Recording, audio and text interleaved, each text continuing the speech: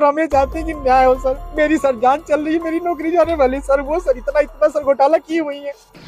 दोस्तों एक बार फिर से स्वागत है आपका प्रजापति न्यूज में।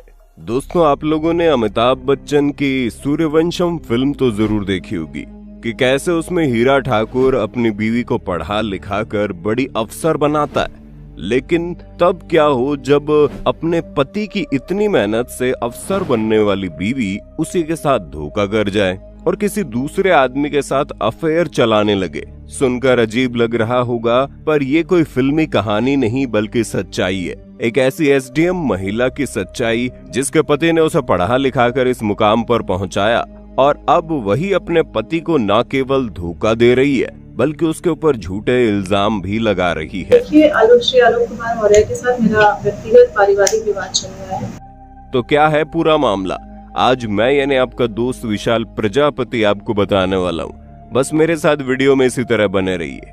लेकिन हाँ, वीडियो शुरू करने से पहले एक छोटी सी रिक्वेस्ट है। वीडियो के नीचे रेड कलर का सब्सक्राइब बटन दिख रहा होगा, उस पर क्लिक करके सब्सक्राइब कर लें और साइड में बेल आइकॉन भी दिख रहा होगा, उस पर भी क्लिक कर लें ताकि आपको वीडियो मिले सबसे पहले। दोस्तों सबसे पहले तो हम आपको ये बता दें कि ये जो पूरा मामला है ये धोखाधड़ी के साथ साथ लव ट्रायंगल का भी है, जिसमें पति पत्नी और वो वाली कहानी चलती है। अब सवाल ये आता है कि आखिर यहाँ पर हो क्या रहा है। तो दोस्तों एसडीएम ज्योति मौर्य और उनके पति आलोक मौर्य के साथ साथ जो तीसरा इंसान इस कहानी में आता है उसका नाम है मनीष दुबे, जो कि होमगार्ड के कमांडेंट है और इनकी पोस्टिंग गाजियाबाद में थी। कहानी शुरू होती है साल 2008 से, जब ज्योति और उसके पति आलोक की मुलाकात होती है, जिसमें ज्योति आलोक से पूछती है कि तुम क्या कर रहे हो। तो आलोक बताते हैं कि मैं लोअर पीसीएस की तैयारी कर रहा हूँ, मेरा वीडियो या पंचायती राज वगैरह में कहीं सिलेक्शन हो जाए तो ठीक रहेगा।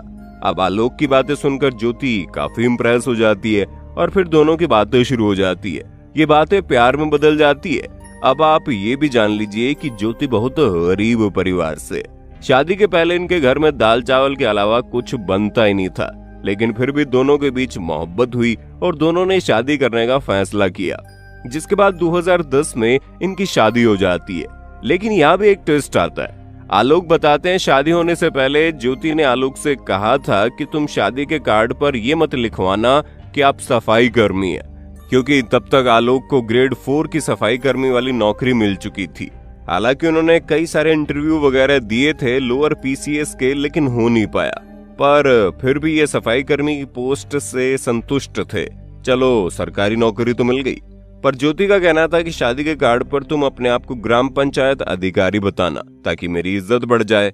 अब शादी तो हो गई। शादी के बाद आलोक ज्योति को लेकर इलाहाबाद चले गए। इलाहाबाद में सिविल सर्विसेज की तैयारी चल रही थी। ज्योति ने कहा मुझे भी पढ़ाई करनी है। अब ज्योति शुरू से ही पढ़ाई में अच्छी थी, इसलिए 2011 से लेकर 2014 तक ज्योति ने तैयारी की। उसके बाद ज्योति ने 2015 में पीसीएस का एग्जाम दिया और 2016 में इनका सिलेक्शन हो गया। उस समय इनकी 16वीं रैंक आई थी और महिलाओं में ये तीसरे नंबर पर थी।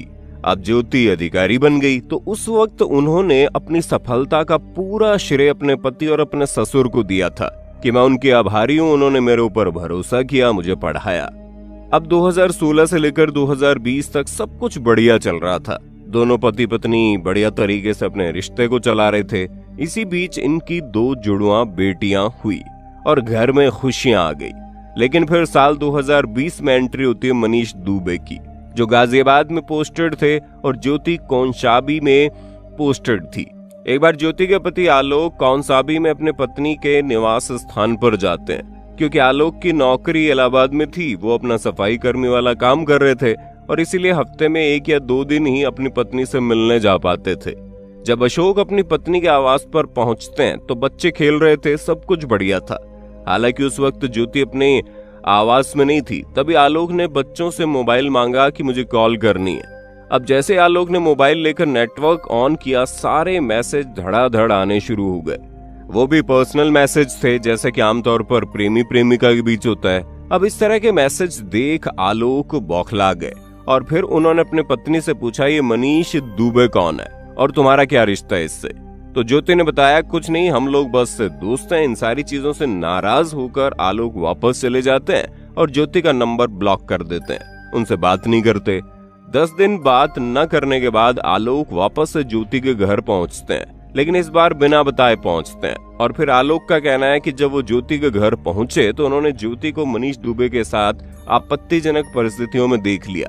और उसके बाद फिर आलोक ने फैसला किया कि अब वो अदालत का दरवाजा खटखटाएंगे।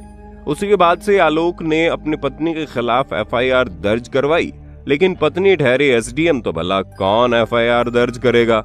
पुलिस को भी डर लगता है, ऊपर से जो प्रेमी है वो होमगार्ड कमांडेंट है, वो भी बड़े पद में, तो दोनों का बड़ा रुतबा था, इसलिए मामला बढ़ते बढ़ते 2023 तक आ गया। शुरुआती समय में कुछ नहीं हो पाया, लेकिन अब मामला काफी ज्यादा तूल पकड़ रहा है, क्योंकि अपनी बीवी के खिलाफ धोखाधड़ी का आरोप लगाने के साथ साथ आलोक ने ये भी कहा कि उनकी पत्नी घूस लेती है, रिश्वत लेती है और उनके पास रिश्वत के करोड़ों रुपए भी है, और उसका पूरा कच्चा चिट्ठा भी खोल दिया, जिसकी वजह से जनता और ज्यादा भड़क गई। वहीं दूसरी तरफ ज्योति का कहना है कि आलोक झूठ बोल रहे हैं। पहली बात तो उन्होंने धोखे से अपने आप को ग्राम पंचायत अधिकारी बताकर शादी की और अब मुझसे दहेज मांग रहे वगैरह वगैरह, और मुझसे लाखों रुपए भी मांगे, मैंने मना कर दिया तो मुझ पर ही आरोप लगा रहे हैं। और जो तीसरा बंदा है यानी मनीष दुबे, उनकी बीवी का कहना है कि आदमी सही नहीं है। इससे पहले भी 3 महिलाओं से जुड़े इसके कारनामे सामने आ चुके हैं, यानी काफी दिल फेंक आशिक किस्म के इंसान है मनीष दुबे। तो फिर इस तरह की चीजें उनके साथ होना कोई बड़ी बात नहीं है। अब दोस्तों पूरा मामला आपके सामने है। सोशल मीडिया पर जनता आलोक मौर्य का साथ दे रही है, क्योंकि लोगों को वो सच्चे लग रहे हैं। लोगों का कहना है कि यहाँ पर ज्योति ने उनके साथ धोखा किया है। अब आपको इस पूरे मामले में क्या लगता है हमें कमेंट करके बताइए। बाकी हम तो यही कहेंगे कि इंसान चाहे जितना ऊपर उठ जाए, उसे ये नहीं भूलना चाहिए कि उसकी मदद किसने की थी, क्योंकि पहले तो ज्योति मौर्य अपने पति और ससुर के गुणगान करती थी, और अब जब उनके काले चिट्ठे सामने आए तो उनको भला बुरा कह रही है।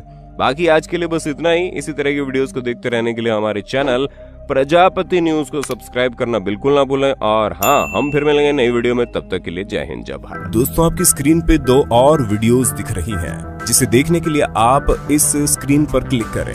दोनों देखिएगा, बहुत अच्छी वीडियो बनी है।